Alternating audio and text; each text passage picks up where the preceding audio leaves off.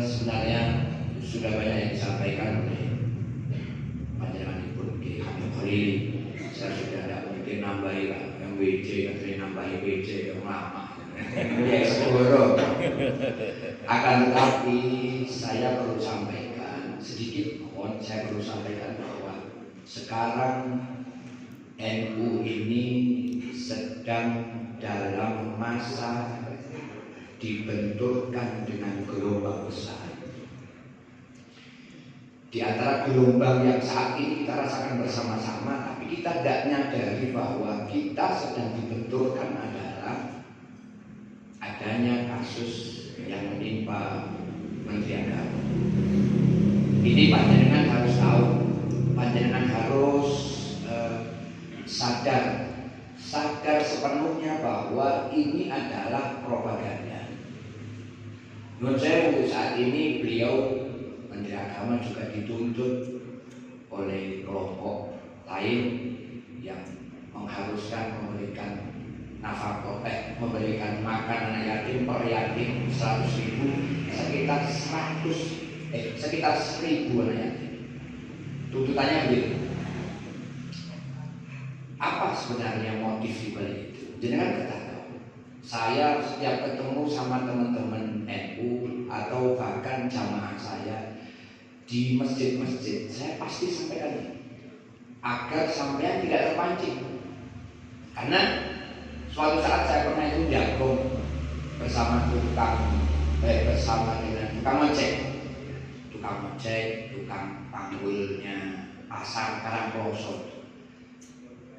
Apa yang dibicarakan di sini? Menteri Agama ini musyrik. Iya, betul. Menteri Agama jadi berbeda. Mosok adzan nggak oleh. Mosok adzan nggak oleh. Mosok suaranya adzan dipajak karo suaranya asu. Ini propaganda. Yang terjadi bukan seperti itu. Kalau mau jujur, yang terjadi itu ada. Kasus ini sudah terjadi beberapa puluh tahun yang lalu. Dan memang itu selalu dihembuskan. Untuk apa? Untuk melemahkan pimpinan-pimpinan NU yang berada di jajaran pemerintah. Ini malah politik karena keturunan PCNU. Kenapa begitu?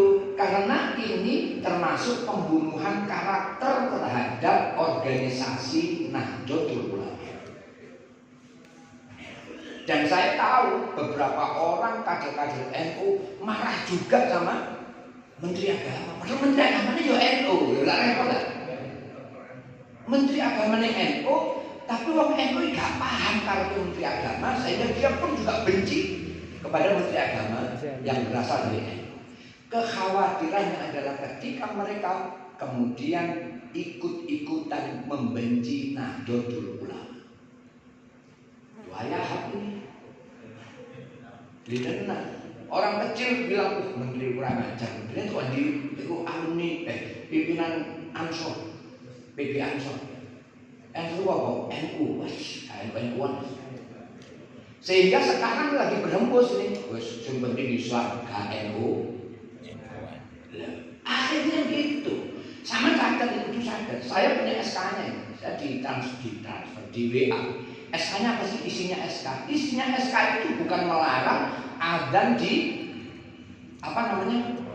toa, bukan.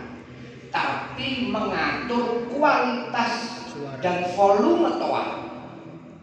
Sampai dhewe wis gak usah ngenteni Menteri Agama. Sampeyan subuh turu isih ngantuk karo adzan bayar karo Mas sampeyan semuanya berbeket. Orang mungkin alhamdulillah langsung tangi ora. Yakin masuk kiai senaji apa itu. Buat tenang pokoknya gak enak.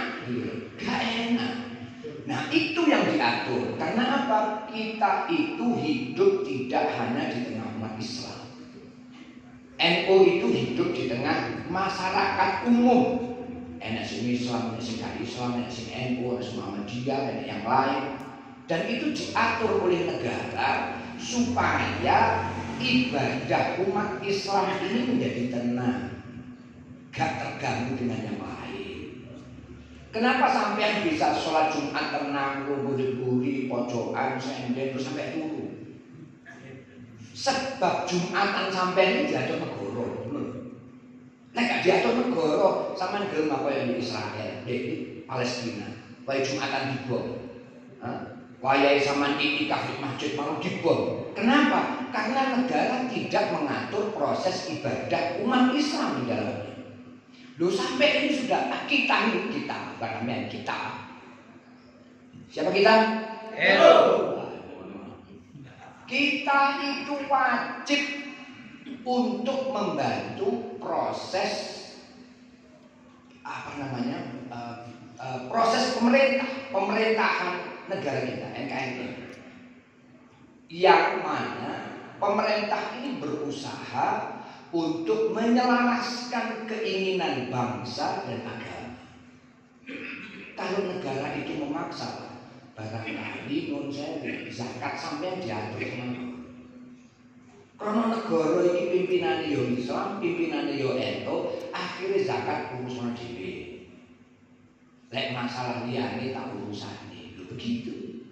Jangan kemudian ikut-ikutan orang-orang di luar itu yang kemudian membenci pemerintah. Ketika sampai benci pemerintah, terus pemerintah di blacklist, ikut mau di India ya Pak, atau di India itu. Tidak bisa. Makanya kenapa NU itu menjadi garda paling depan bagi agama dan NKRI. Makanya sama nyanyi lah NKRI agama mati. NKRI agama mati, tapi benci Menteri Agama ini sudah kaya NU. Dia jadi ke agama mati. NKRI sementara mati. Apa mau begitu? Nah ini yang harus disadarkan. Menurut saya ini saya sampaikan supaya sama tahu, supaya sama sadar bahwa bukan itu maksud Menteri Agama. Menteri Agama itu hanya mengatur volume. Jadi nek misalnya sampean itu suara sampean saenak-enake suara sampean, tapi lek terus toake gak enak, suara sampean juga gak enak. Saya yakin tadi suaranya Yai Hamim Kholili apa enak, tapi berhubung toa bikinnya enak. Ayo, gue enak suaranya. Tapi kan nanti pelantikan gak ini suaranya. Oh ini kok enak. Ini gara-gara soal-soal nih. Masuk masjid sampai begitu, suaranya sama. Soalnya yang kaya, enak. Soal-soal gebrakan. Bisa juga enak. Itu yang diatur supaya Islam ini menjadi menarik di hadapan setiap umat. Islam itu orang itu gak enak. Orang kan benci. Kesempatan kita untuk kemudian mengembangkan Islam jadi terganggu. Tapi kalau kemudian Islam ini memberikan sesuatu yang menyejukkan, suaranya enak, toahe enak, sound system sama dunia Arab itu, di Arab itu gak ono masjid sing terus sound systemnya gak enak. Langgar sih, masjid ticak ya, masjid ticak kecil sih, masjid cipu, toahe koyo masjid-masjid di Kutha Malang. Itulah yang menyebabkan kemudian orang akan tertarik untuk masuk di dalam masjid. Nah, itu yang diinginkan oleh pimpinan bangsa kita. Maka dari itu nun sewu, jangan termakan oleh isu propaganda yang sedang berkembang, karena isu dan propaganda itu dalam rangka membunuh karakter orang-orang di dalam Nahdlatul Ulama. Nah, semoga informasi apapun yang disampaikan oleh Ketua DJNU Kabupaten Malang ini membangkitkan semangat kita untuk terus berjuang bersama dengan Hadratus Syekh sebagai Hasyim Asy'ari dan Bapak Hasbullah dalam menegakkan agama di negeri tercinta negara kesatuan Republik Indonesia. Kiranya itu yang saya sampaikan, mudah-mudahan ini ada manfaat dan fadilahnya. Kurang lebihnya mohon maaf. Wassalamualaikum warahmatullahi wabarakatuh.